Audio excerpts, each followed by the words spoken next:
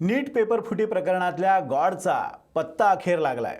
तेजस शहा नावाच्या भौतिकशास्त्राच्या एका प्राध्यापकाला सीबीआयनं आज पुण्यातून अटक केली। हाच तेजस शहा म्हणजे गॉड आहे। खरं तर तेजस शहाला सीबीआय विद्यार्थी समजत होते, म्हणजे एका विद्यार्थ्यांनी हा पेपर घेतलाय असं सीबीआयला वाटत होतं, म्हणून त्याला साक्षीदार बनवण्याचा सीबीआयचा इरादा होता। पण या गॉडनं म्हणजे तेजस शहानं या प्रकरणातल्या मनीषा हवालदार नावाच्या आरोपीला ऑनलाईन 20,000 रुपये पाठवले आणि हाच पुरावा त्याला आरोपी बनवण्यासाठी कारणीभूत ठरलाय।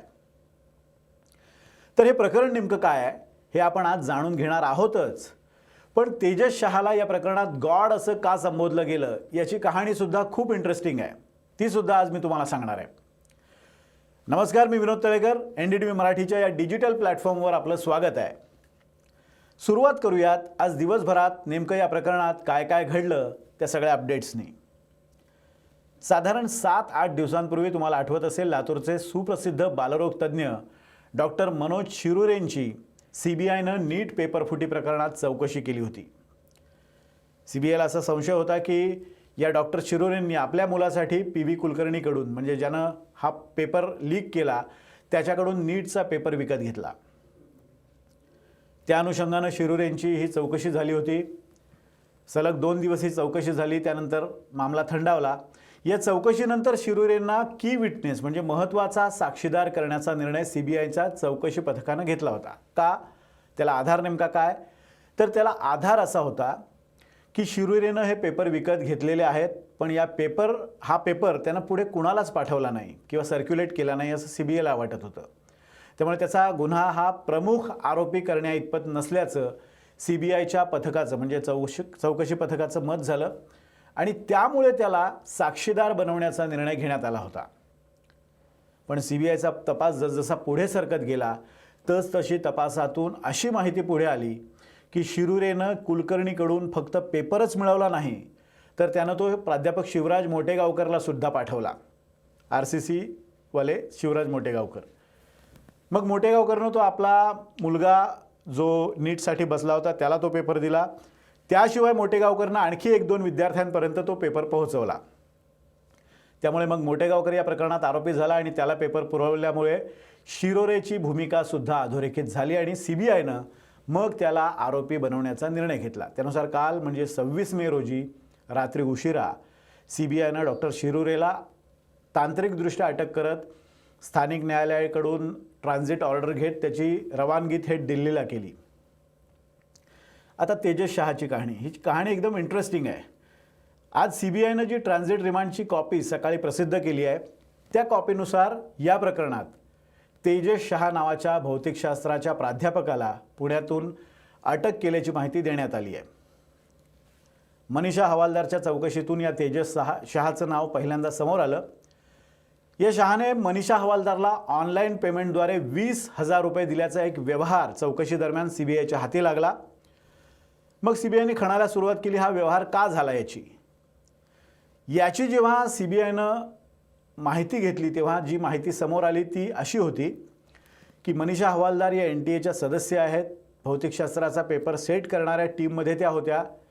त्यांनी भौतिकशास्त्राच्या पेपरमधले जवळपास सगळे प्रश्न तेजस शहाला सांगितले। ते तेजस शहाने लिहून घेतले आणि आपण लिहून घेतलेले हे प्रश्न बरोबर आहेत का हे तपासण्यासाठी लिखित स्वरूपात ते प्रश्न किंवा तो प्रश्न संच त्यानं पुन्हा मनीषा हवालदारला पाठवला। पण जेव्हा हा संच तो पाठवत होता तेव्हा मनीषा हवालदारने त्याला असं सांगितलं की तू हा प्रश्नसंच जो आहे तो माझ्या फोनवर पाठवू नकोस, तर माझ्या नवऱ्याच्या फोनवर पाठव। त्यानुसार शहाने तो प्रश्नसंच होता तो मनीषा हवालदारच्या पतीच्या व्हॉट्सॲपवर पाठवला आणि चौकशी दरम्यान जेव्हा मनीषाच्या पतीच्या फोनवरचं हे व्हॉट्सॲप संभाषण चॅट सीबीआयच्या हाती लागलं तेव्हा चौकशी पथकाच्या असं लक्षात आलं की मनीषा हवालदारच्या पतीला ज्या व्यक्तीनं हा प्रश्नसंच पाठवलाय ना, त्याचं नाव या फोनबुकमध्ये म्हणजे हवालदारच्या नवऱ्याच्या फोनबुकमध्ये सेव्ह नाही आहे, पण एक व्हॉट्सॲप डीपी दिसतोय, त्याच्यावर गॉड असं नाव आहे। त्यामुळे डीपीवर गॉड असं नाव असलेली ही व्यक्ती कोण आहे याचा तपास सुरू झाला आणि तेजस शहापर्यंत सीबीआय पोहोचली। गंमत म्हणजे सुरुवातीला सीबीआयला असं वाटत होतं की हा तेजस शहा विद्यार्थी आहे, त्यानं हा पेपर स्वतःसाठी विकत घेतला असावा. त्यामुळे तेजस शहाला सुद्धा आरोपी बनवण्याऐवजी साक्षीदार बनवण्याचा CBIचा विचार होता. पण पुन्हा इथे सुद्धा तेजस शहानं मनीषा हवालदारकडून मिळालेला भौतिकशास्त्राचा पेपर पुढे काही जणांना दिल्याची बाब तपासातून पुढे आली आणि CBIनं या तेजस शहा उर्फ गॉडला अटक करत त्याची सुद्धा रवानगी दिल्लीला केली. हा तेजस शहा ज्या कोचिंग क्लासमध्ये शिकवतो त्या डॉक्टर अभंग प्रभू मेडिकल अकॅडमीमध्ये CBIनं रेड करत गेल्या 2 दिवसांपासून या संपूर्ण वास्तूची तपासणी केली आहे. तिथून लॅपटॉप, मोबाईल यासारख्या वस्तू जप्त केल्यात आणि आज जेव्हा माध्यमांचे प्रतिनिधी या क्लासमध्ये गेले तेव्हा तिथं या क्लासेसचे चेअरपर्सन सचिन हळदवणेकर हे उपस्थित होते. त्यांना जेव्हा माध्यमांनी विचारलं तेव्हा त्यांनी CBIच्या कारवाईबाबत आणि तेजस शहाच्या चौकशीबाबत किंवा मनीषा हवालदारच्या अनुषंगानं काय प्रश्न त्यांना विचारण्यात आले त्या संदर्भातली माहिती दिली. ती सुद्धा एकदा पहा. च्या सिलेबसमध्ये तो डिफाईन नाही आहे चॅप्टर, काही चॅप्टर्स, पण JEE मेनच्या सिलेबसमध्ये ते आहेत. आता NTA ही एकच बॉडी आहे जी सेट करते. तर आम्हाला काही एक्सपर्ट ओपिनियन हवा होता की हे प्रश्न ह्या चॅप्टरचे येणार का नाही. बरोबर आहे. त्याला कोणीतरी एक्सपर्ट हवा होता. तर ज्या फिजिक्सच्या मॅडम अरेस्ट झाल्यात त्यांच्याकडे तो गायडन्ससाठी गेला. मनीषा हवालदारांकडे तो हो, गायडन्ससाठी गेला. त्याला माहिती नाही त्या NTAच्या आहेत. जेव्हा तो गेला त्या एक्सपर्ट फिजिक्सच्या, म्हणून तो त्यांच्याकडे गेला की बाबा हे चॅप्टर्स आहेत का नाही. बरोबर आहे. मग त्यांनी त्याला काहीतरी पॉईंट्स लिहून दिले.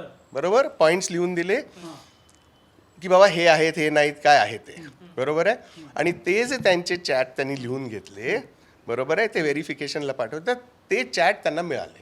आता हे सचिन हळदवणेकर म्हणतात त्यामधून हे लक्षात येत आहे की मनीषा हवालदार आणि तेजस शहा यांची पेपर संदर्भात भेट झाली. एक्सपर्ट म्हणून आम्ही त्यांचा सल्ला घेतला की कोणते प्रश्न येऊ शकतात, कोणत्या चॅप्टरमधले, हे आम्ही त्यांना विचारलं. त्यानुसार तेजस शहाला त्यांनी काही मुद्दे दिले. या मुद्द्यांवर आम्ही विद्यार्थ्यांची तयारी करून घेतली वगैरे वगैरे असं त्यांनी सगळं सांगितलं. याचा अर्थ काय की मनीषा हवालदार आणि तेजस शहाची भेट झाली होती. पण या दरम्यान मनीषा हवालदार या NTAच्या तज्ज्ञ आहेत हे आम्हाला माहिती नव्हतं, त्या पेपर सेट करतात हे आम्हाला माहिती नव्हतं असं ते म्हणत आहेत. आता अशीही माहिती मिळते आहे की पुण्यातली आणखी एक महिला प्राध्यापक CBIच्या रडारवर आहे. या महिला प्राध्यापिकेची चौकशी अज्ञात ठिकाणी सुरू आहे.